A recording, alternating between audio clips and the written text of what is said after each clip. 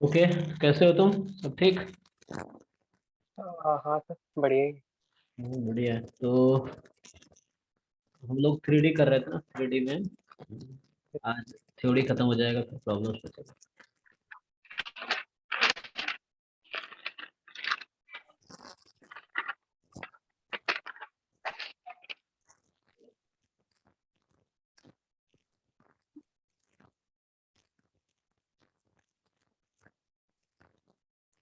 Sir एक बार 11.3 का first वाला एक बार बता दीजिए। Okay, good. अच्छा लगा मुझे, ऐसे क्वेश्चन पूछोगे ना तो अच्छा रहेगा। 11.1, यस सर, फर्स्ट वाला। उसके कौन से क्वेश्चन?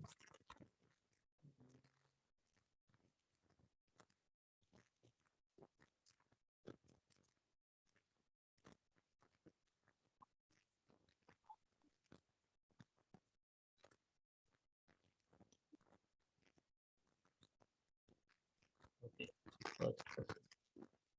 अच्छा, ये एग्जांपल है ना, एक साइज है फर्स्ट क्वेश्चन ना। Yes sir.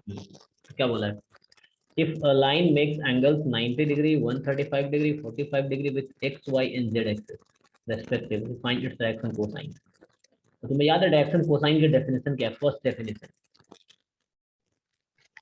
नहीं नहीं, 11.3 का। अच्छा, 3 का फर्स्ट पूछ रहा मैं, 1 पे आ गया। Yes sir.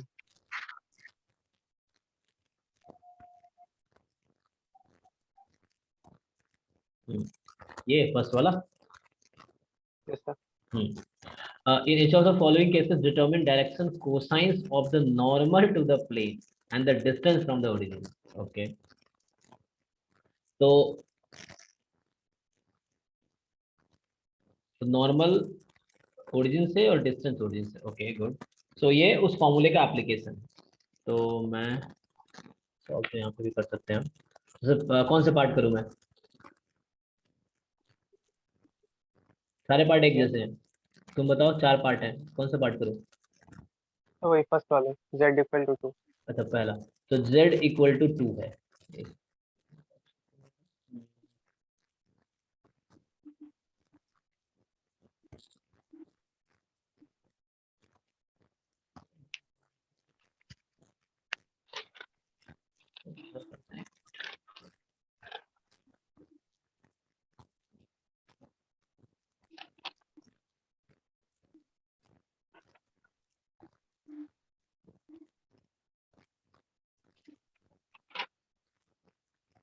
ओके, ये स्क्रीन विजिबल है? तो जैसे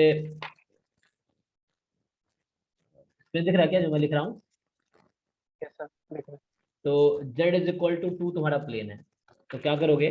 पहले इसको फॉर्म देखो। अब मान लो एक्स वाई क्यों नहीं है, तो एक्स वाई इसलिए कोई कोएफिशिएंट जीरो होगा। 0x plus 0y plus 1z is equal to 2, इस टाइप से है, ठीक है। तो मतलब इस टाइप से है, अगर तो स्टैंडर्ड फॉर्म लिखना चाहो तो ये, तो इसको बोलते हैं कार्टेशियन फॉर्म। ये 2 है तो इसको एक्स वाई जेड में है, तो इसको बोलते हैं हम लोग कार्टेशियन। और अगर इसको वेक्टर फॉर्म में लिखे तो क्या लिख सकते हैं? X i cap plus y j cap plus Z k cap, इसका डॉट किसके साथ है? हैं क्या। हाँ, तो क्या होगा यहाँ से बताओ। ऐसा वेक्टर क्या यहाँ लिखोगे ताकि डॉट प्रोडक्ट ये आएगा? Sir z vector by modulus of z vector. नहीं नहीं, मैं क्या बोल रहा हूँ, दिस डॉट दिस, तो ये क्या होगा ताकि डॉट प्रोडक्ट ये आएगा? मैं इसी को रीराइट कर रहा हूँ। तो मैं कार्टेशियन को वेक्टर में ला रहा हूँ। तो यहाँ मैं क्या लिखूँ?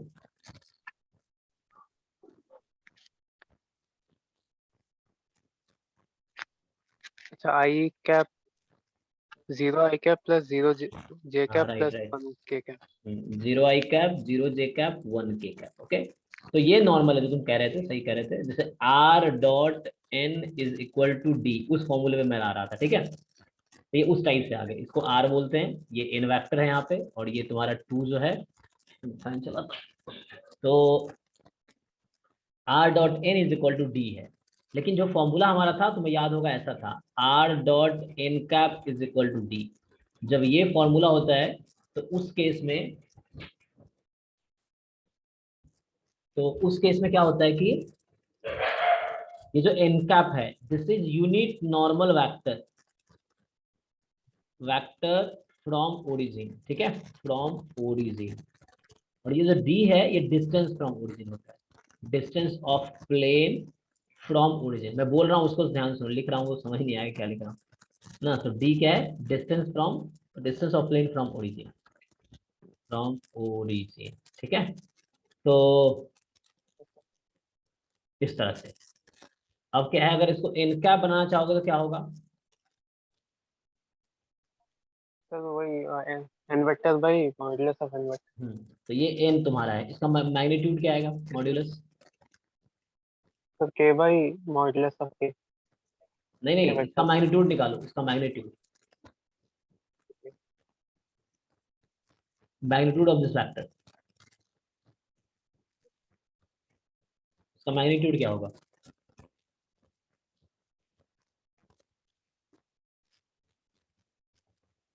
वन। हाँ 1, क्योंकि रूट अंडर 0² प्लस 0² प्लस 1² इसका रूट लोगे तो 1 आएगा। Yes sir. तो 1 से डिवाइड करेंगे तो क्या ही फर्क पड़ता है, मतलब ये यूनिट वेक्टर है, जिस वेक्टर का मैग्नीट्यूड 1 होता है उसको हम क्या बोलते हैं, यूनिट वेक्टर, है ना। Yes sir. तो जिस वेक्टर मैग्नीट्यूड 1 है वो यूनिट वेक्टर है। तो यहाँ से आ गया आर डॉट एन कैप, और इसको हम डी लिख सकते हैं क्योंकि होता क्या है कि हम 1 से डिवाइड कर दिए दोनों तरफ, तो क्या ही फर्क पड़ता है 1 से डिवाइड किए तो, मतलब इस फॉर्म में लाना था मेरा काम ये था। तो इसीलिए अब जो, तो ये जो एन वेक्टर है ये नॉर्मल हो गया आंसर, तो ये तो आंसर है, ये वाला तुम्हारा आंसर है नॉर्मल वेक्टर का, ये वाला आंसर है डिस्टेंस फ्रॉम ओरिजिन। यहाँ डी की वैल्यू कितनी है, स्मॉल डी बोलो या कैपिटल डी बोलो, यहाँ तो इस क्वेश्चन के लिए पर्टिकुलर सेम है। तो डी बराबर 2 हो गया। तो okay. Distance from origin to plane is 2 and normal vector is this 0 i cap 0 j cap 1 k cap, या ओनली k कैप लिखो। ओके। क्लियर है? Okay sir. ये समझ आया? तो तुम बताओ सेकंड पार्ट का आंसर बताओ मुझे। ये देखो सेकंड पार्ट, और सेकंड पार्ट का आंसर बताओ कि what is the normal vector. पहले बताना है तुम्हें normal, what is the normal, है ना। यस। सही लिखने का ऑप्शन क्यों नहीं है, पहले लिखने का ऑप्शन था।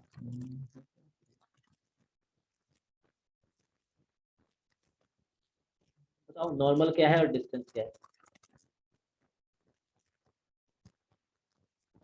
सर नॉर्मल वेक्टर तो आई जे के होगा, आई प्लस जे प्लस के। हाँ वो नॉर्मल वेक्टर है। डिस्टेंस क्या होगा ओरिजिन से प्लेन का? मॉड्यूलस तो उसका कर देंगे √3 डी बाई √3। हम्म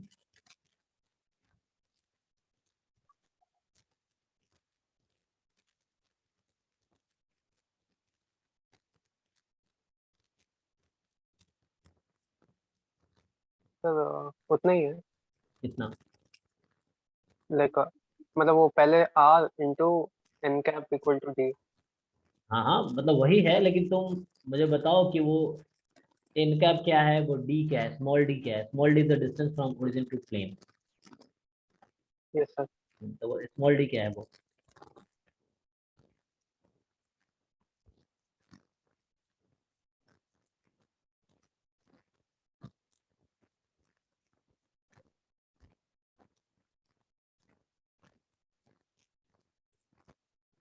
'अभी देखो ध्यान से मैंने क्या किया यहाँ पे, इसको ध्यान से देखो, वन। यही करो। डी इक्वल टू 1 है। वो कैपिटल डी 1 है, मुझे स्मॉल डी चाहिए। Yes sir. यहाँ यहाँ फर्क इसलिए नहीं पड़ा क्योंकि 1 से हम डिवाइड कर रहे थे, तो एन का मैग्नीट्यूड 1 आ गया था, लेकिन तुम्हारा हर बार 1 नहीं आएगा ना। यस पहले बाई चांस पहले पार्ट में 1 आ गया मैग्नीट्यूड, बट जरूरी है बाकी पार्ट में नहीं आएगा। तो मैग्नीट्यूड क्या है इनका सी पार्ट में?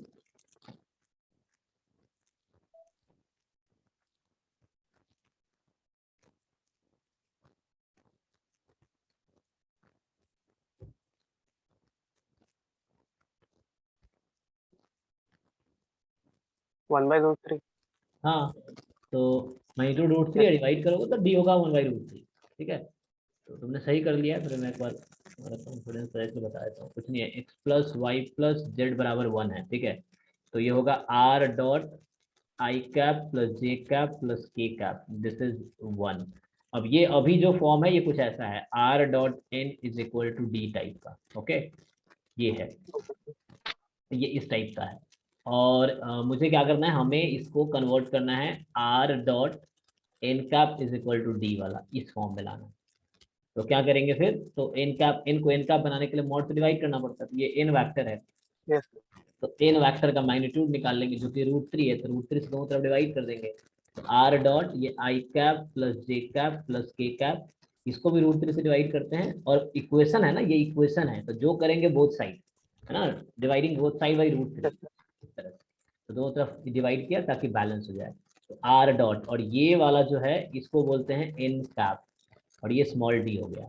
तो एन कैप, तुम्हें नॉर्मल वेक्टर पूछा है तो तुम ये एन बताओगे तो भी चलेगा, लेकिन डिस्टेंस स्मॉल डी की वैल्यू यहाँ आ गई 1/√3, स्मॉल डी इज 1/√3, और ये आंसर है, this is distance of plane from origin,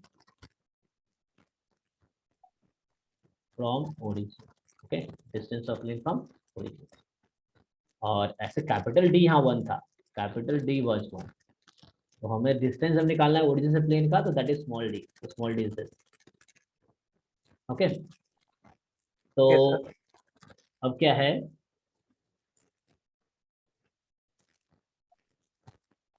next part is, so like देखो, अब ऐसे सीधी पार्ट कर लोगे ना, तो ये कुछ और कोई क्वेश्चन। यस सर नहीं बस यही तो अभी आते हैं कॉन्सेप्ट में क्या क्या रह गया था, तो सीधा वहीं से स्टार्ट करते हैं जहां से हमने लास्ट क्लास में किया।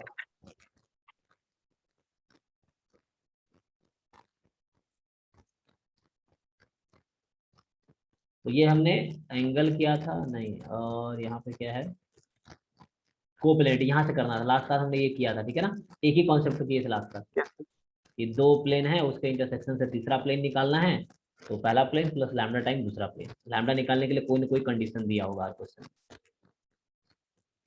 तो यहाँ से स्टार्ट करते हैं, कोप्लेनिटी ऑफ टू लाइन्स। देखो लाइन, ये टॉपिक प्लेन कर रहे हैं कि उसमें लाइन्स है, क्योंकि कोप्लेनिटी की बात हो रही है, तो कोप्लेनिटी में प्लेन वर्ड आ रहा है इसलिए प्लेन में आया, ये लाइन्स में ये टॉपिक नहीं था, क्योंकि हम दो प्लेन को दो लाइन्स को कोप्लेनर चेक कर रहे हैं, तो एक ही प्लेन में है क्या, तो इसलिए प्लेन टॉपिक में ही आया है। हमारे पास दो लाइन्स गिवन होंगी, मैं चेक करना क्या वो एक ही प्लेन पे है, जैसे मैंने तुम्हें समझाया था कि एक वॉल है तुम्हारे घर के, वॉल पे दो लाइन ड्रॉ कर दो तो वो कोप्लेनर है, लेकिन जैसे एक लाइन दूसरे वॉल पे, दूसरी लाइन दूसरे वॉल पे है, तो वो अभी कोप्लेनर नहीं है, एक ही प्लेन। लेकिन हाँ, ऐसा प्लेन तुम्हें मिल सकता है, वो अलग बात है, लेकिन ऐसे जनरली समझने के बता सकते हो दोनों सेम प्लेन पे नहीं है। और जैसे मैं एग्जांपल दूं तुम्हें,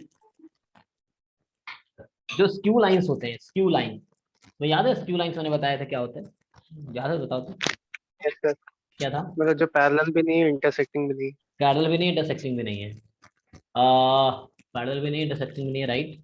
तो इसको हम ये लाइन, ये लाइन मतलब ये पेन है, ये इंटरसेक्टिंग तब होगा जब टच करते हुए पास करेगा, इंटरसेक्टिंग नहीं है। और पैरेलल तब होगा जब इस टाइप से होगा, एक पेन है ना, तो इस तरह से एक इधर है एक इधर है, दूर दूर है, और पैरेलल भी नहीं है, तो ना तो इंटरसेक्ट करा, इंटरसेक्ट मतलब एक दूसरे को क्रॉस करेगा ना, मतलब टच करके पास करेगा, टच नहीं कर यस रहा सर है, दूर है। तो ये स्क्यू लाइंस हैं। और सोचो अब स्क्यू लाइंस को प्लेन हुआ क्या, क्या कोई ऐसा प्लेन मिलेगा जिसपे ये दोनों लाइन लाई करेंगी, नहीं, ठीक है। तो skew lines are always non coplanar, तो skew lines are non coplanar, non मतलब एक प्लेन पे कभी नहीं हो सकता है। तो वैसे ही है, दो तुम्हारे पास लाइन है, तुम्हें चेक करना है कि स्क्यू है या नॉन स्क्यू है। तो नॉन स्क्यू है, लाइक अगर इंटरसेक्टिंग है तो ऑब्वियसली एक प्लेन पे मिल जाएगा, पैरेलल है तो भी एक प्लेन मिल जाएगा, लेकिन पैरेलल और दोनों नहीं है, तो नॉन पैरेलल या नॉन इंटरसेक्टिंग मतलब स्क्यू लाइंस हैं, तो skew lines are non coplanar. और बाकी ओके, तो हमें मैथमेटिकली प्रूव करना है, तो ठीक, तो कहीं ना कहीं वो उससे रिलेटेड होगा फॉर्मूला जो हमने एक बार पढ़ा था, तुम्हें याद होगा, डिस्टेंस बिटवीन टू लाइंस, उससे थोड़ा रिलेटेड है। ओके, तो अभी क्या करना है, मुझे चेक करना है दो लाइन कोप्लेनर है कि नहीं है, देखो, तो हमें डिस्कस करना है coplanarity of two lines, coplanarity of two lines, okay. Yes sir तो कोप्लेनरिटी ऑफ टू लाइन, दो लाइन कोप्लेनर कब होंगे, चलो ये एक प्लेन बना लेते हैं। तो दिस इज अ प्लेन, जिनका एक प्लेन है, वॉल है या पेज है। अब इससे कोई दो लाइन ड्रॉ कर लेते हैं, ये लाइन है और एक, कैसे भी ड्रॉ कर सकते हैं, ये लाइन है इस तरह। तो अब ये दो लाइन कोप्लेनर है, कैसे पता चलेगा, या चलो इस तरह काट दिए तो इंटरसेक्टिंग हो गया, इस तरह बनाते तो पैरेलल हो जाता। यस तो अभी मैंने बना दी इस तरह से। अब अगर मैं जैसे मान लो, चलो ये वेक्टर फर्स्ट लाइन है L1 R is equal to A plus lambda B, तो A1 plus lambda B1। L2 line है R is equal to A2 plus mu B, ठीक है। तो इसका डायरेक्शन कहीं ना कहीं B1 के साथ होगा, इसका डायरेक्शन कहीं ना कहीं B2 के पास होगा। मैं P1 B2 मान लेता हूँ। और A1 होता कोई पॉइंट इस पे होगा, A2 कोई इस पे पॉइंट होगा, A1 is a point, position vector ना, और A2 position vector Yes, point का है। कोई दो पॉइंट है कैपिटल A1 और कैपिटल A1 का position vector vector small A1। अब क्या है ना, अगर मैं इसका क्रॉस प्रोडक्ट लेता हूँ, इसका cross product B1 cross B2 लेता हूँ, तो मुझे ये बताओ कि इसका डायरेक्शन किधर होगा, ये जो प्लेन मैंने बनाया उसमें बताओ। B sir, perpendicular to plane. Perpendicular to the plane है ना। जैसे फिर से जैसे ये मेरा, अगर मैंने कहा कि जैसे मेरा हाथ है, ये हाथ मेरा प्लेन है, तो दो लाइन ड्रॉ कर दिया। अब उन दोनों लाइन के Yes, करस्पॉन्डिंग जो वेक्टर उसका क्रॉस प्रोडक्ट लेंगे तो ये प्लेन होगा, है ना। This plane is the cross product. yes, sir. अगर एक लाइन इधर है, एक लाइन इधर है, दो लाइन मेरे हाथ पे है और उसका क्रॉस प्रोडक्ट लेता हूँ, तो ये जो प्लेन है ये उसका क्रॉस प्रोडक्ट होगा, मतलब डायरेक्शन होगा। Yes, sir. तो अच्छा, अगर मैं A2 माइनस A1 वैक्टर निकालता हूँ तो ये वाली वैक्टर होगी जो मैं अभी ज्वाइन कर रहा हूँ। तो A2 minus A1 vector is this one, ठीक है। और तो ये प्लेन पे ही है। अगर मैं बात करता हूँ एक वेक्टर की A2 माइनस A1 की, तो ये जो वेक्टर A2 माइनस A1 है, एक्चुअली ये लाइन ज्वाइन कर रहा हूँ A1 से A2 तक, दो पॉइंट है A1 A2, वहाँ से लाइन ज्वाइन कर रहा हूँ। तो वो लाइन के करस्पॉन्डिंग वेक्टर है, और क्रॉस प्रोडक्ट जो है इसके परपेंडिकुलर है। तो मेरा मतलब ये हो गया कि A2 minus A1 vector perpendicular है B1 क्रॉस B2 वैक्टर के। तो दो वैक्टर परपेंडिकुलर है तो क्या होता है, Sir, dot product 0. Dot product zero. तो हो गया, यही कॉन्सेप्ट है कि दो लाइन कोप्लेन होगा। अगर ये वाला कॉन्सेप्ट होल्ड करता हूँ तो A2 minus A1 dot B1 cross B2 ये जीरो होना चाहिए, बस यही रिजल्ट है। ये दो लाइन है, this two lines are coplanar if this condition, तो इफ में ये कंडीशन, ठीक है। तो ये चेक करना है, तो तुमने वेक्टर फॉर्म में लिखा दिए, तो कार्टेशियन फॉर्म में भी कर सकते हो। कार्टेशियन फॉर्म में क्या होता है, एक टॉपिक आता है, जैसे इसी को मैं इक्वेशन कार्टेशियन में लिखता हूँ, सेम कॉन्सेप्ट में अब कार्टेशियन में लिखता हूँ। ये वेक्टर फॉर्म में था, तो लाइक लाइन कार्टेशियन में पहला मतलब लाइन ये कैसा। जैसे मतलब ये जो दो पॉइंट्स है A1 A2 ये परपेंडिकुलर होगा वो कैसे?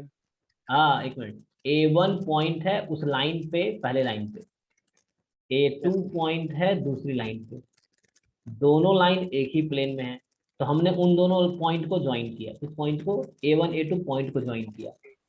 तो A1 A2 पॉइंट को ज्वाइन किया तो एक लाइन बनी, वो लाइन कहाँ पे होगी, प्लेन पे, तो वो उसी प्लेन पे। yes, sir.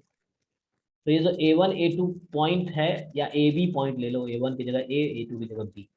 तो AB लाइन जो है, A1 A2 लाइन जो है, ये एक्चुअली प्लेन पे है। और B1 cross Yes, sir. B2, B1 cross B2 किधर है, वो भी प्लेन पे ही. वो भी प्लेन पे ही है। तो अब मैं क्या पूछना चाहता हूँ तुम्हें कि नहीं नहीं, B1 क्रॉस B2 प्लेन पे थोड़ी है, B1 cross B2, B1 plane पे है, B2 प्लेन पे है, तो B1 क्रॉस हाँ, B2 किधर B1 होगा, plus B2 परपेंडिकुलर. परपेंडिकुलर होगा किसके, A A2 minus A1. हाँ प्लेन के, तो प्लेन पे ही A2 माइनस A1 है, तो वो प्लेन के परपेंडिकुलर है B1 क्रॉस B2, तो इसलिए A2 माइनस A1 जो लाइन है या वेक्टर जो है उसके परपेंडिकुलर है दिस। समझा कुछ, Yes, sir. A2 हाँ. माइनस A1 उस प्लेन पे कोई लाइन होगा, एक मेरे हाथ मतलब प्लेन है इस पे, और ये है B1 क्रॉस B2, तो इसका डॉट प्रोडक्ट Yes, उस वाले के साथ जीरो होगा। ओके। yes, sir. तो अब क्या करते हैं,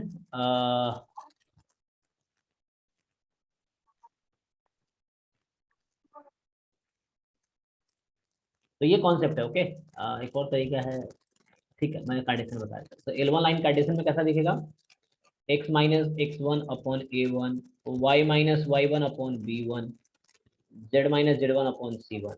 L2 है Yes, x minus x2 upon A2, y minus y2 upon B2 and z minus z2 upon C2, इस तरीके से, ठीक है। एंड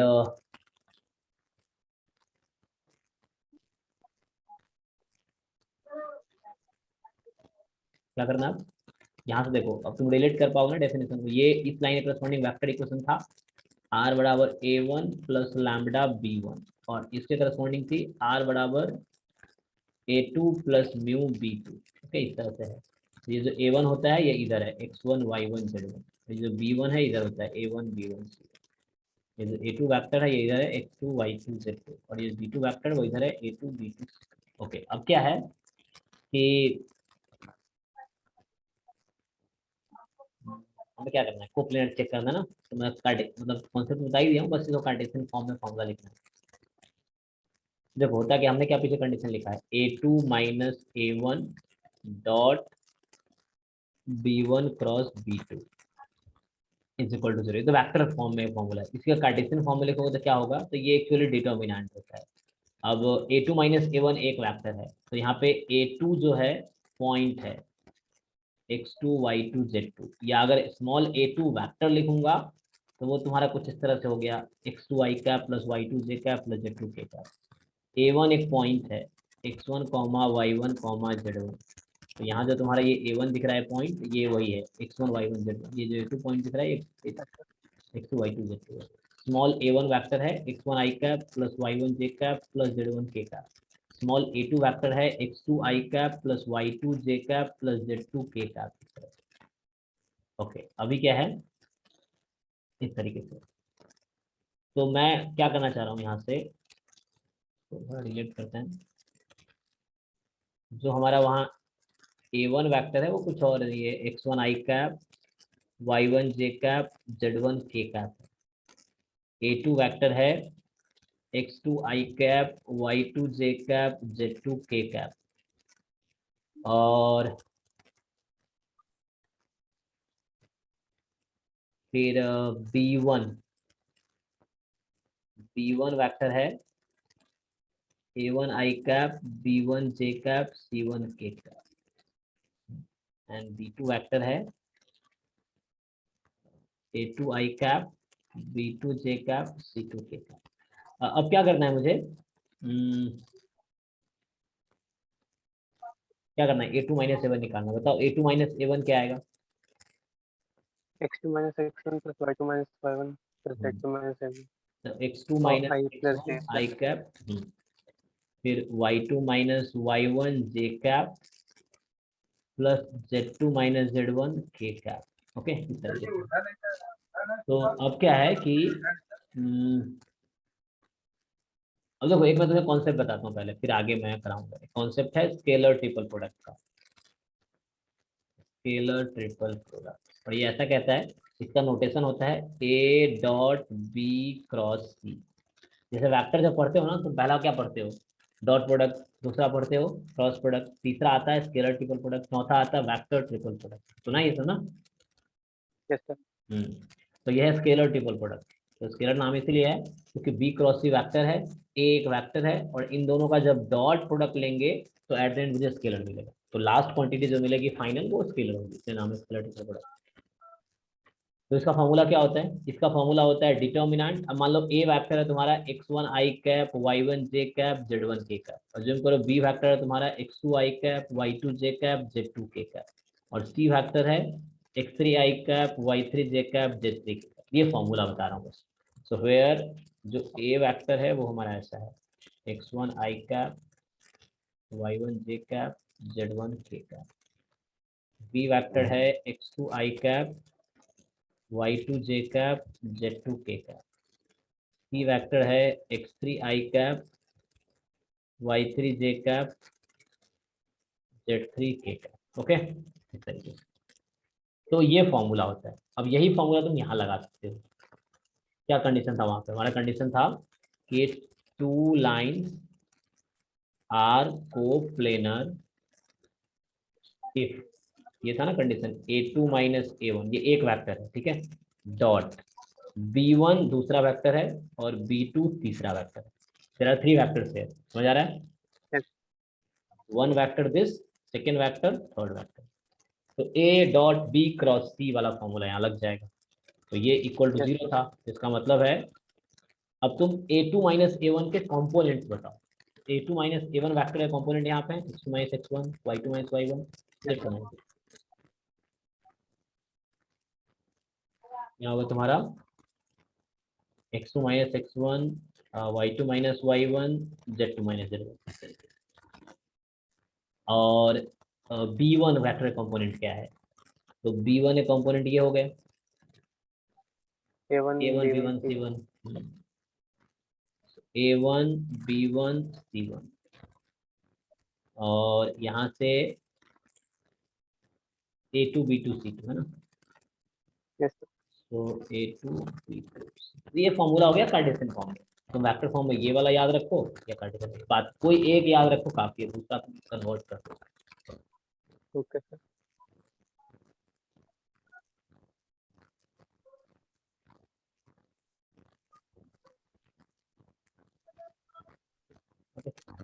तो ये है कि ये मैंने फॉर्मूला बता दिया दो। अब तुम्हें करना कुछ नहीं है, बस चेक करना है। जैसे कोई भी तुम्हारे पास दो लाइंस दे रखे हैं, तुम्हें डिसाइड करना है कि what is a1 what is a2 what is b1 what is b2। Decide कर लो यस सर। और फिर ये फॉर्मूला लगा दो। इस फॉर्मूला से ये कर लेना। अगर जीरो आ गया तो ओके। कोप्लेनेट है, जीरो नहीं आया तो कोप्लेनेट नहीं है। जैसे यस सर। एक क्वेश्चन कर दो सब क्लियर हो जाएगा।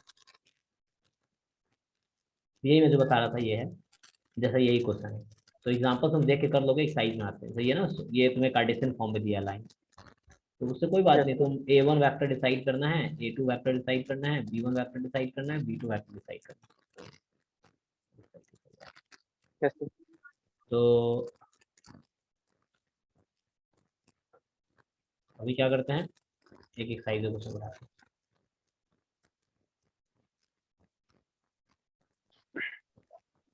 ताकि तुम्हें कॉन्सेप्ट समझ आ जाए।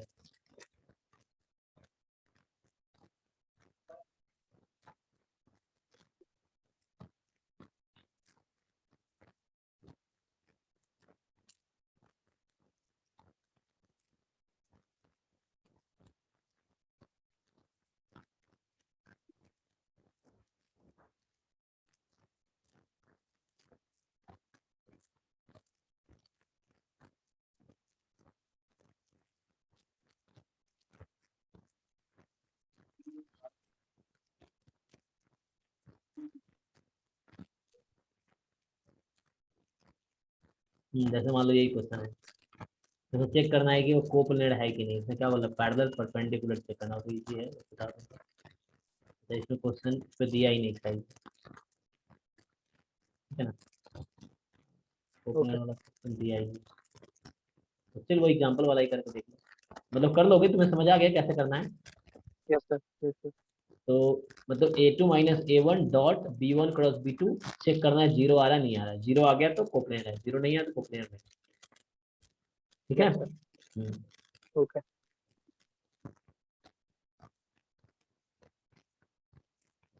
तो अभी हम इस कॉन्सेप्ट पे थे।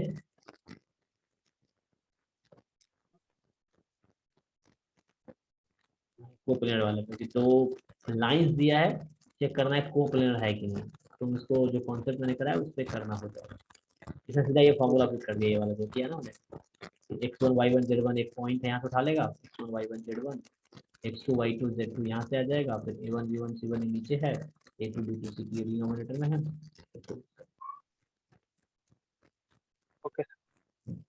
अब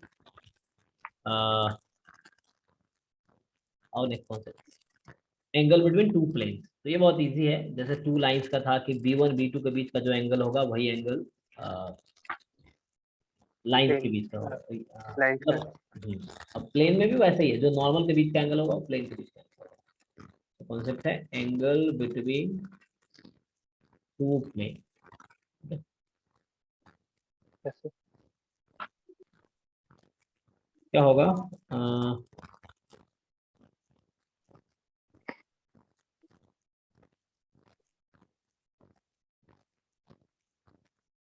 जैसे एक प्लेन है, मान लो P1, this is R dot N1 is equal to let's say D1, and second plane है R dot N2 is equal to D2। Okay, and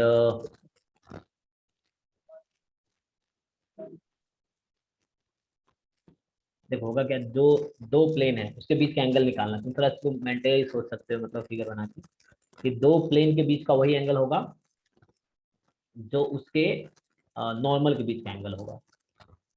yes sir. बना के कैसे दिखाऊं, ट्राई करते हैं। तो लाइक चलो ये यहाँ से देखो, ये प्लेन के अलोंग है, ये इस प्लेन के अलोंग, ठीक है। तो ये प्लेन के बीच का एंगल है। जैसे तुम नॉर्मल ड्रॉ करोगे तो लाइक क्या होगा, इसका नॉर्मल कुछ इस तरफ होगा और इसका नॉर्मल क्या होगा, अब तुम्हें देखना पड़ेगा इसका कैसे बनाना है। इस तरह से होगा लाइक समथिंग, तो मैं रफली बना रहा हूँ। तो इस तरह से होगा, तो मेरा मतलब ये है कि ये जो एंगल है, जो व्हाइट कलर से जो एंगल लिया है, वो एंगल उतना ही होगा जो ये मैंने ग्रीन कलर से जो ले रहा हूँ, ठीक है। Yes sir. तो व्हाइट वाले जो हमने दो लाइन प्लेन के अलॉन्ग लाइन खींचे हैं, वो व्हाइट वाला है, ये यस लाइन सर। है अलोंग द प्लेन। एंड ये जो हमने ग्रीन ड्रा किया है वो अलोंग द नॉर्मल, एंड दोनों सेम रहेगा। वो तुम डिलीट कर पाओगे, दोनों का नॉर्मल है तो सेम रहेगा। तो उसमें सिंपली जब दो प्लेन के बीच एंगल पूछो, नॉर्मल के बीच एंगल निकालो, तो सिंपल है। तुम्हें ये यस फॉर्मूला तो पहले से ही पता है, cos theta is equal to, अगर दो वेक्टर के बीच का एंगल निकालना है तो क्या करते हैं, तो दो B1 वेक्टर, क्रॉस B2 का ये, नहीं, B1 dot B2 by modulus of B1 cross B2। नहीं angle, angle A dot B का डेफिनेशन पता है ना, यस सर। तो क्या होता है। तो ये भी कॉस B। हाँ तो वही वही वही वहीं से तो आता है, mod a mod B cos theta, यहाँ से कॉस थीटा निकाल लो, यस सर। क्या होगा। तो cos theta equal to A dot B by modulus of A into modulus of B। यही चीज है, यहाँ n1 n2 के बीच का एंगल निकालना, तो सेम चीज करना है, n1 dot n2 upon modulus of n1 modulus, या n1 n2 बिना डायरेक्शन के लिख दो तो मैग्नीट्यूड ये है। यही जब लाइन था, दो लाइन के बीच एंगल चाहिए, तो b1 dot b2 upon mod b1 mod b2, ठीक है। Yes sir. तो ये हो जाएगा, मतलब सिंपली तुम नॉर्मल डिसाइड कर लो, तो हो जाएगा। ओके, ये प्लेन है, तो प्लेन का अगर कार्टेशियन फॉर्म में लिखता तो तुम्हें पता है Cartesian form, like a1x plus b1y plus c1z is equal to d1 like this, या कैपिटल D ले लो, कैपिटल A भी ले सकते हो,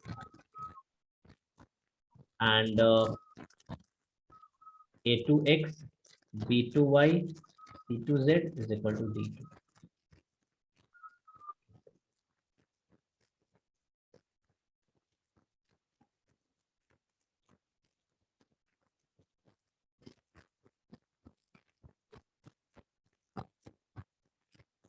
ओके, तो यहाँ से नॉर्मल अगर मतलब कार्टेशियन फॉर्म अगर दिया है तो क्या होगा normal, a1i cap plus b1j cap A1 plus A2 c1, और n2 वेक्टर क्या होगा, A1 A2 n2 vector, plus C1। देखो नॉर्मल ऑफ द हाँ फर्स्ट, वही A1। Yes sir, A1 A2 plus B1 B2 plus C1 C2 by root under A1 square plus B1 square plus C1 square into A2 square plus B2 square plus C2 square का root. हाँ तो वो उस तरह से आ जाएगा Cartesian form, right. तो ये कर लो, तो ये एंगल बिटवीन था टू प्लेन, पहले हम कर चुके एंगल बिटवीन टू लाइन, तो लाइंस क्या था b1 dot b2 upon mod b1 mod b2। अब है दो प्लेन का था, अब क्या होगा नेक्स्ट कॉन्सेप्ट, तो टू प्लेन्स का ये निकालो, यही समझाने को ये प्रूव कर रहा है मैथमेटिकली, मैं भी कर सकता था, मैं नहीं करना चाहता। तो ये यस तो प्रूव करके दिखा रहा है कि दो प्लेन के बीच का एंगल वही होगा जो उनके नॉर्मल्स के बीच का है, तो वो तो मैथमेटिकली निकाल सकते हैं।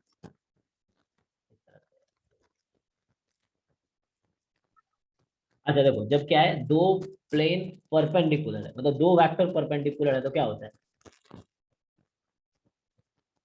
सर, इसका डॉट जीरो होता है। डॉट, तो यहाँ भी वही होगा। अगर तुम्हें मान लो कहीं बोलता है कि दो प्लेन क्या है परपेंडिकुलर, तो कोई बात नहीं, n1 डॉट n2 जीरो हो जाएगा, यस ठीक सर। है। और अगर दो टू प्लेन्स आर पैरेलल तो क्या होगा, देन 180। हाँ 180 होगा, तो 180 में कंडीशन क्या है, हाउ विल यू चेक, तो मुझे चेक करना है कि दो प्लेन पैरेलल है या दो वेक्टर n1 n2 वेक्टर है, मुझे चेक करना है पैरेलल है, तो क्या चेक करें, क्या तरीका है। सर उसका मतलब मल्टीपल्स, आई मीन जो फॉर्म होगा A plus lambda B two lambda B one हाँ, वो। एक दूसरे का मल्टीपल होगा एकदम, मतलब यस रेशियो सर। निकालोगे तो रेशियो, आई के साथ दो हाँ नंबर्स बेसिस उनका फॉर्म। रेशियो निकालोगे तो सेम रेशियो आता है। तो सेम रेशियो आ Yes, sir. जाएगा, तो मतलब पैरेलल है, या इसी को कोलिनियर ही बोलते थे, कोलिनियर वेक्टर है Yes, sir. या पैरेलल है, या है ना 180 डिग्री एंगल है। तो जब पैरेलल चेक Yes, करना sir. है तो रेशियो चेक कर लेंगे कोएफिशिएंट का, परपेंडिकुलर चेक करना है तो डॉट प्रोडक्ट निकालना है, तो वही करना है। तो वो एक साइज में क्वेश्चन दिख रहा था इस पे, तो तुम ऐसे चेक कर लेना।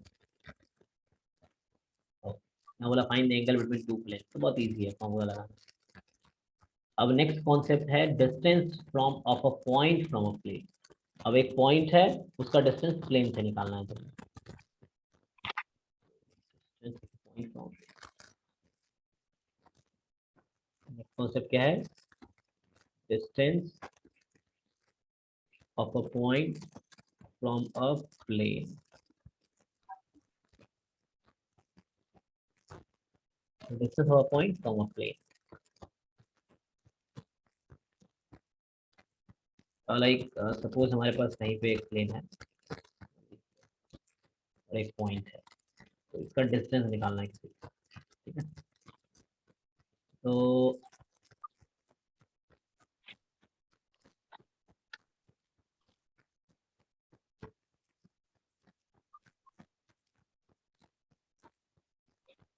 कैसे निकालेंगे? तो हम क्या करेंगे पहले, प्लेन क्या होता है? प्लेन कुछ इस तरह से P1 बोल देता हूँ, या पाई वन बोल दो, पाई मतलब प्लेन का नोटेशन लिख रहा हूँ, pi one is the first plane. So ये कुछ ऐसा होगा, r dot n is equal to d, and कोई पॉइंट होगा, मान लो a, x1 y1 z। अब मुझे उस पॉइंट से उस प्लेन का डिस्टेंस निकालना है, ठीक है। yes, sir.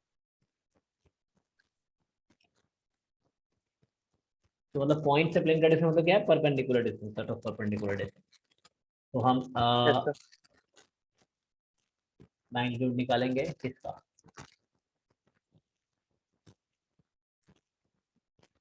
अगर ये पॉइंट मुझे पता चल गया मान लो, तो उससे काम आसान हो सकता है ए बी के बीच का डिस्टेंस निकालना। लेकिन बी पॉइंट देखो, मतलब बिना फॉर्मूले का भी हो जाएगा।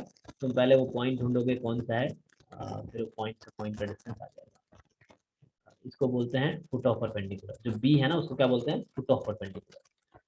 जैसे Yes, sir. ये जब मैं फिर कह रहा था, ये मेरा हाथ प्लेन है, तो ये पेन जिस पॉइंट पे मेरे हाथ को टच कर रहा है वो फुट ऑफ परपेंडिकुलर है। मतलब पेन का जो नीब Yes, है, sir.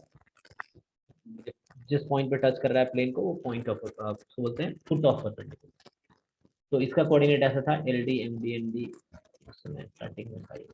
मतलब लाइन अगर ऐसा है, L X plus M Y plus N Z is equal to D, या A x plus B Y plus C Z is equal to. अच्छा, ये तब था जब हम ओरिजिन से बात कर रहे थे स्टार्टिंग में ना।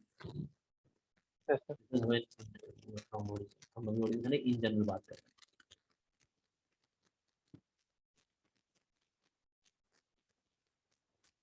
तो इससे कुछ फॉर्मूला है, देख लेता हूँ डायरेक्टली में, तो मुझे रिएक्ट करने के लिए सोचना पड़ेगा। तो जैसे तो formula R minus A dot N minus B, okay.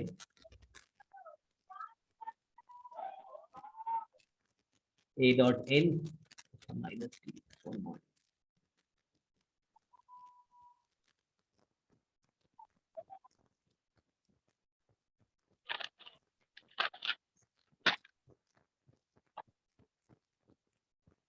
अच्छा ये तो ओके।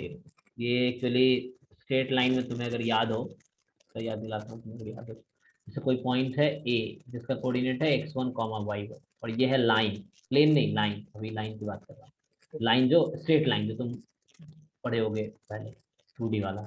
जैसे ये लाइन है, चलो मान लो A x plus B Y plus C is equal to 0। तो पता है ये डिस्टेंस कितना होगा उस पॉइंट से उस लाइन का डिस्टेंस? कुछ फॉर्मूला याद है?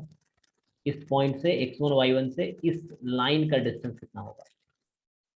Sir, ax plus by plus c by modulus of y line. Ax plus actually क्या by. होता है, x की जगह x coordinate of that point, a x one, Yes, sir. Y की जगह y coordinate, and c as it is, right side zero होना चाहिए, ensure करना है कि राइट साइड जीरो होना चाहिए। अपॉन नीचे A Yes, sir. Square plus B square, only A square plus B square, X Y या कोएफिशिएंट वाला सिर्फ। Yes, sir. तो यही चीज यहाँ पे है। ये मान लो ये प्लेन है, और ये पॉइंट है जिसका डिस्टेंस में प्लेन से निकालना है। ये पॉइंट ए है, x1 comma y1 comma z1, और ये प्लेन है। प्लेन का इन जनरल इक्वेशन होता है a x plus B Y plus C Z is equal to d. तो डी को लेफ्ट में बुला लेना। तुम क्या Yes, करो, sir. डी को लेफ्ट में बुला दो, तो minus d is equal to 0, इस तरीके से। या जैसे भी तुम्हें कंफर्टेबल लगे, प्लस डी लिखना प्लस डी लिख लो, कोई दिक्कत नहीं, कौन आर्बिट्री कौन सा, तो उसके हिसाब से तो मैंने माइनस डी कर दिया मान लो, या प्लस डी करना प्लस डी कर लो, कोई दिक्कत नहीं। तो इस तरह से आ गया, पहले राइट साइड में जीरो कर लेना, तो ये ध्यान रखना कि राइट साइड पहले जीरो कर दी।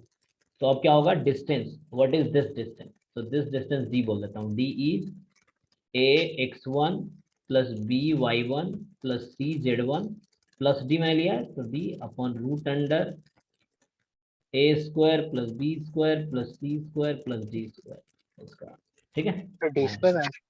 ओ sorry sorry sorry, not d square, only coefficient, only coefficients of x Y पे, यहाँ only coefficient of x y, ठीक है, यहाँ only coefficient of x y. तो ये फॉर्मूला है, यही यहाँ था, तो यहाँ भी कुछ वही है, ये प्लेन है, तो इसका कार्टेशियन फॉर्म लिख लेना आराम से, तो इससे आसान, वेक्टर फॉर्म में मुश्किल होगा। वेक्टर फॉर्म में क्या है, वही r dot n minus d, उससे ही है, तो आर की जगह वो पॉइंट लेना पड़ेगा, ये ए मान लो, जो बी पॉइंट बोला मैंने, तो ये इसका पोजीशन वेक्टर स्मॉल ए है मान लो।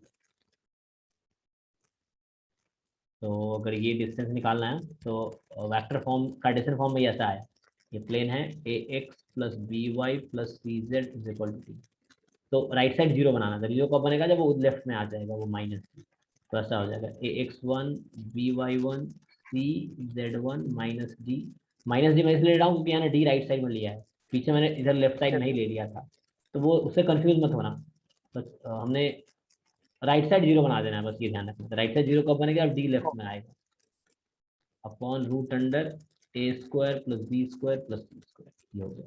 तो ये कार्टेशियन फॉर्म है, वेक्टर फॉर्म में इसको लिखेंगे तो ये हो जाएगा a vector dot normal vector minus d का मॉड अपॉन में root magnitude of normal vector.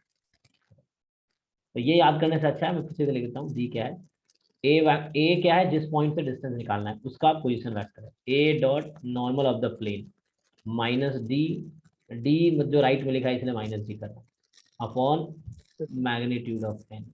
अगर मैं डी इस साइड लिखता plus d is equal to zero, तो यहाँ प्लस डी लिखता, वो चीज है। ओके। जैसे एक क्वेश्चन करके दिखाता हूँ, ये बहुत इजी सा है, जैसे यही क्वेश्चन है, find the distance of point 25 minus 3 from this, okay from this point, तो 25 माइनस 3 है,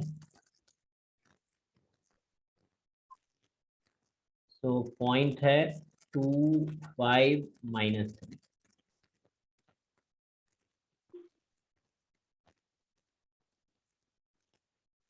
पॉइंट है 25 माइनस 3, और इससे प्लेन का डिस्टेंस निकालना है, और अब प्लेन कुछ ऐसा है, क्या है, इसको कार्टेशियन में कन्वर्ट कर लेते हैं, ठीक है, तो कार्टेशियन में करोगे तो क्या आएगा,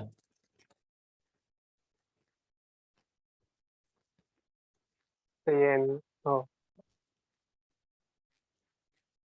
6x माइनस है क्या, 3y, क्या याद होगा। फाइनल इक्वेशन क्या आएगी, 6x minus 3y plus 2z is equal to 4, इसको कार्टेशियन में कन्वर्ट, मैं कार्टेशियन से कर रहा हूँ, इसको तुम कार्टेशियन में कन्वर्ट करोगे तो ये आएगा तुम्हारा 6x minus 3y plus 2z is equal to 4। Sir r क्या होता है, x i cap plus y j cap plus है जेड के कैप, तो उसको डॉट प्रोडक्ट कर लो, 6x minus 3y plus 2z, sir. तो 6x minus 3y plus 2z is equal to 4 है, देखो इक्वल टू 4 है, मैंने कहा एक साइड बुला लो, 6x minus 3y plus 2z minus 4 is equal to 0, distance निकालना है, तो क्या करेंगे, x की जगह पॉइंट का x कोऑर्डिनेट, तो 6 इंटू पॉइंट का x कोऑर्डिनेट है 2, 3 इंटू पॉइंट का y coordinate 5 plus 2 into point का z coordinate minus 3 minus 4 upon root under 6 square, minus 3 का स्क्वायर करेंगे तो प्लस 3 स्क्वायर ही हो जाएगा, तो मर्जी है तुम्हारा, तो minus 3 square plus 2 square, okay, तो सिंप्लीफाई कर लो तो आ जाएगा 12 minus 15 minus 6 minus 4 upon 36 plus 9 plus 4, इस तरह से कर लो सिंप्लीफाई,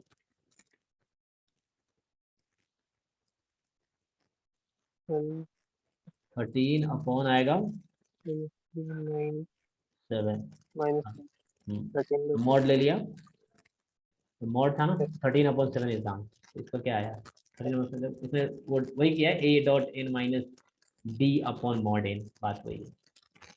yes sir, कैसे भी करो, वो तुम प्रैक्टिस करोगे तुम्हें खुद चीजें बहुत क्लियर होगी, खुद करोगे तभी क्लियर होगी, तो देख के पढ़ के नहीं होगा yes मैथ, sir, पेन चलाने से होगा। ऐसे तुम्हें आता है पहले से तो ये थोड़ा इजी रहेगा तुम्हारे लिए, तुमने पहले पढ़ रखा है। और ये लास्ट कॉन्सेप्ट है angle between a line and a plane, I think यहाँ खत्म हो जाएगा। हाँ, ये करा देता हूँ, बाकी तुम ट्राई करो। तो ये है angle between a line and a plane. देखो पहले क्या था, दो लाइन के बीच का एंगल, मतलब एंगल बिटवीन टू लाइन, फिर था एंगल बिटवीन टू प्लेन, अब angle between one line and one plane. तो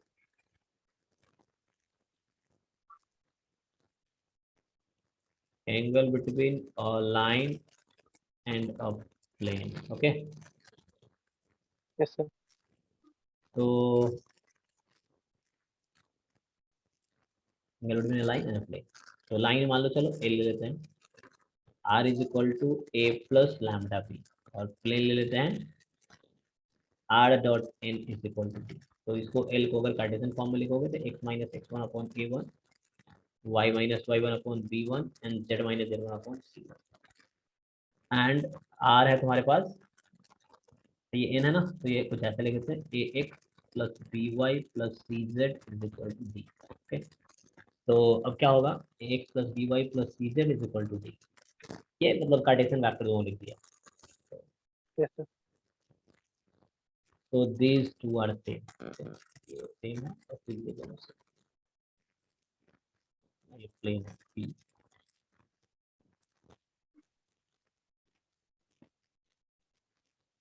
इस तरीके से है।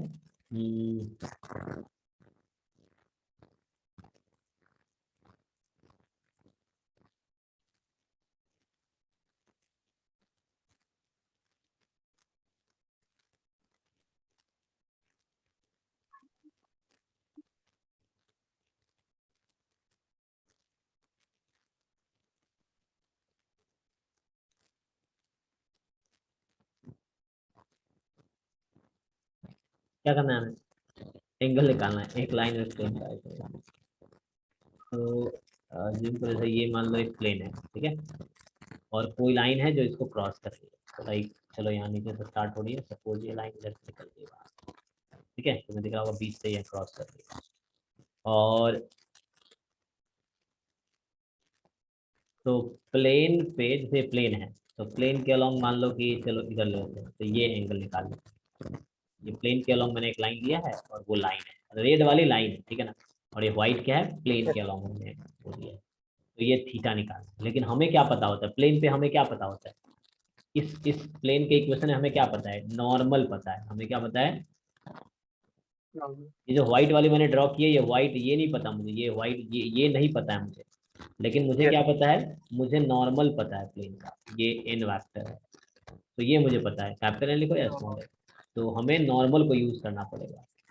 अब देखो, अगर मैं बोलता हूँ कि लाइन में और प्लेन के बीच एंगल थीटा है, तो लाइन और नॉर्मल के बीच का एंगल कितना है, 90 minus 8, 90 माइनस थीटा, सिंपल। बाकी वही कॉन्सेप्ट है, इधर इसके अलॉन्ग तुम्हारा वेक्टर बी होता है, लाइन के अलॉन्ग वेक्टर बी होता है, वेक्टर बी क्या होता है, लाइन के अलॉन्ग होता है, और नॉर्मल yes sir, वेक्टर इधर है। तो ठीक है, हम कर देते हैं b dot n upon mod b mod n, a dot b upon mod a mod b, ये क्या देता है मुझे, उन दोनों वेक्टर के बीच का एंगल। तो मुझे अभी क्या angle, मिल रहा है, बी वेक्टर और एन वेक्टर के बीच का एंगल, तो कॉस थीटा, थीटा जो होता है इन दोनों के बीच का, तो यहाँ बताओ लाइन और नॉर्मल के बीच का क्या एंगल है, बी और एन के बीच, 90 minus हो गया, यही फॉर्मूला है। तो यही cos 90 माइनस थीटा कितना हो जाता है, 9 theta, तो ये साइन थीटा, तो ये फॉर्मूला बन गया। अच्छा थीटा क्या है यहाँ पे, क्वेश्चन ये what is theta, where theta angle is between angle between, the B vector and plane vector, हाँ, vector between of line and plane है ना, लाइन yes, एंड प्लेन। और वो 90 माइनस थीटा जो था वो बी और नॉर्मल के बीच का था, लेकिन हमें तो थीटा चाहिए, yes, तो यहाँ थीटा आ जाएगा, नो प्रॉब्लम। तो बस ऐसे याद रखना, ये फॉर्मूला है। उससे क्वेश्चन कराया था, उसके कॉन्सेप्ट भी कंप्लीट हो जाएगा। तो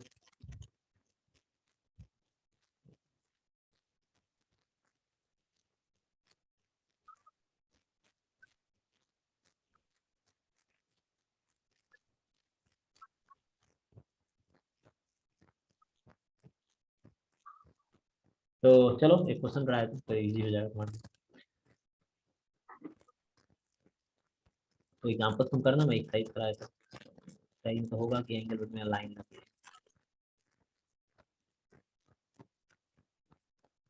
पॉइंट का प्लेन से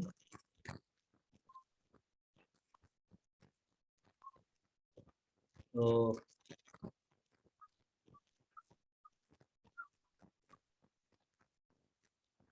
भाई बहुत कम क्वेश्चन दिए, मिसलेनियस से मिलेगा, ठीक है, मिसलेनियस अच्छे से करना, मिसलेनियस से कुछ अच्छे नहीं, Yes, sir. इसमें कम क्वेश्चन दिए, तो दिया नहीं कि लाइक एक पॉइंट लाइन और प्लेन के बीच का।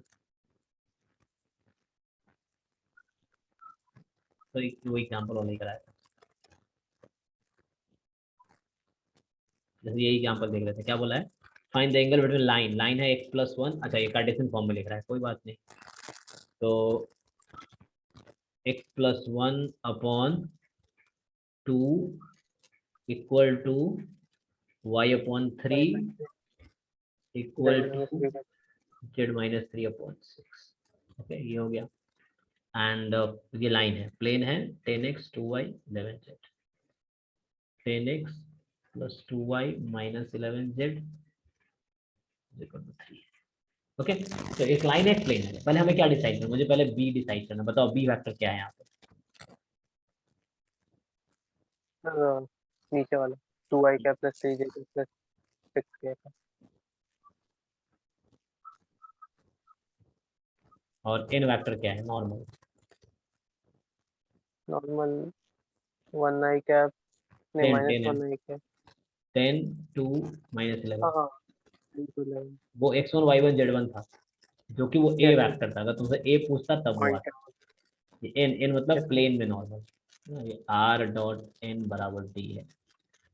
तो 10i cap 2j cap - 11k cap, और फॉर्मूला क्या था कि मान लेता हूँ let theta is angle between line and plane, line and plane जो मुझे निकालना है, तो फॉर्मूला हो जाता है साइन थीटा, बस ये ध्यान रखना, thank you क्योंकि 90 माइनस थीटा नॉर्मल और प्लेन का, नॉर्मल और उसके बी के बीच का है, तो ये at the end sine theta बन जाता है।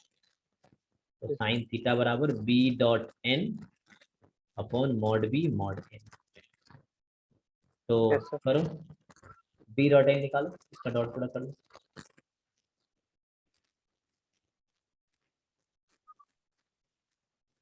20 + 6 - 66 और अपॉन बी का मैग्नीट्यूड 4 9 36 7 49 7, एन का मैग्नीट्यूड 4 122 225 15 15 हाँ okay हो गया ये। तो 26 - 66 मॉड लगा रखा है तो 40 हो गया, एंड 15 7 जा, मत काटो चाहो तो, 7 × 15 फिर कैंसिल करना, 8 5 जा और 5 3 जा, तो 8/21 आ गया। तो साइन थीटा बराबर 8/21, थीटा निकालोगे तो साइन इनवर्स 8/21, ठीक है, साइन yes sir थीटा आया 8/21, तो थीटा बराबर साइन इनवर्स 8/21, ठीक है, ये आ गया। yes sir तो ये आंसर है। तो इस तरीके से एक थ्योरी मैंने करा दिया है, अब तुम्हारा काम ये है कि 11.1 11.2 11.3 अच्छे से देख लेना। सबसे इंपॉर्टेंट होता है हर चैप्टर का एक्सरसाइज और मिसलेनियस एक्सरसाइज, मिसलेनियस में अच्छे अच्छे क्वेश्चन है और मेंस लेवल के क्वेश्चन, तो तुम्हें okay करना है मिसलेनियस के एग्जाम्पल, मिसलेनियस के एक्सरसाइज। तो इस चैप्टर को सारे प्रॉब्लम फिनिश करो, जितने क्वेश्चन हैं, चाहे एग्जाम्पल है या एक्सरसाइज है, फिनिश करो। कल फिर इसके डाउट पूछना, ठीक है, इसके कल मैं डाउट कराऊंगा, पहले तुम एक बार अच्छे से बैठ के फिनिश कर लो, फिर मुझे भेजना। okay ठीक है, फिर चलो, गुड नाइट आज के लिए। good night